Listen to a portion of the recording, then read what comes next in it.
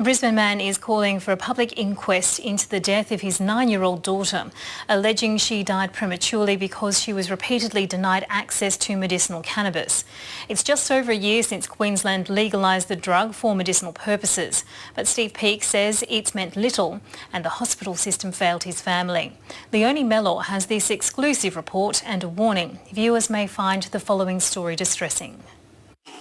Steve Peake died late last year. That's terrible. It's heartbreaking.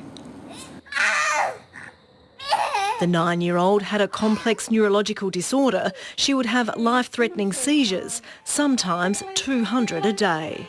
Oxygen on. Her father says medication helped a little, but the side effects were horrendous. That's it, breathe in. And in 2015, her parents turned to medicinal cannabis without a prescription. We gave her the first dose of cannabis oil and within half an hour we saw an immediate change. Steve Peake says Sully's seizures dropped by 90%. She was meeting all of her goals for the first time at school.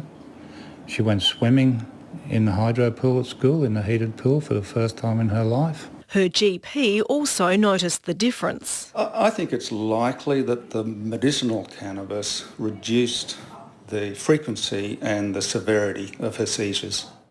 But while her epilepsy improved, Sully was still in and out of the Lady Cilento Children's Hospital, where Mr Peake says he begged doctors to give his daughter the particular form of the drug he was administering. Please prescribe it. There's nothing left for you to do for her. Why can't you prescribe it? Under Queensland's laws, medicinal cannabis can be prescribed to individuals by GPs if they have the support of a specialist. Sully's GP says he was happy to help the family, but they couldn't find the relevant specialist.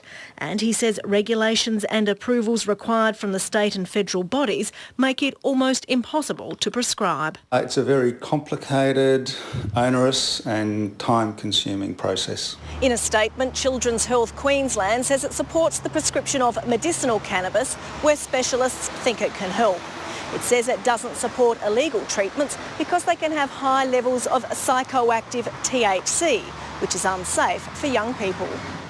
This is the last photo of Sully.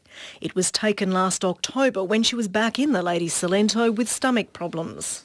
Her father says she died suddenly 2 days later. I think they failed her.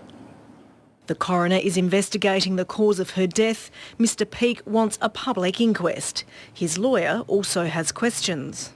And the reasons why she was denied access to a lawfully sourced medicinal cannabis product and why there was no assistance provided to her to use a medicinal cannabis product that was most beneficial to her. It was giving her the only chance of a quality of life she had. A Queensland Health spokesman says state and Commonwealth departments are working to streamline access to medicinal cannabis.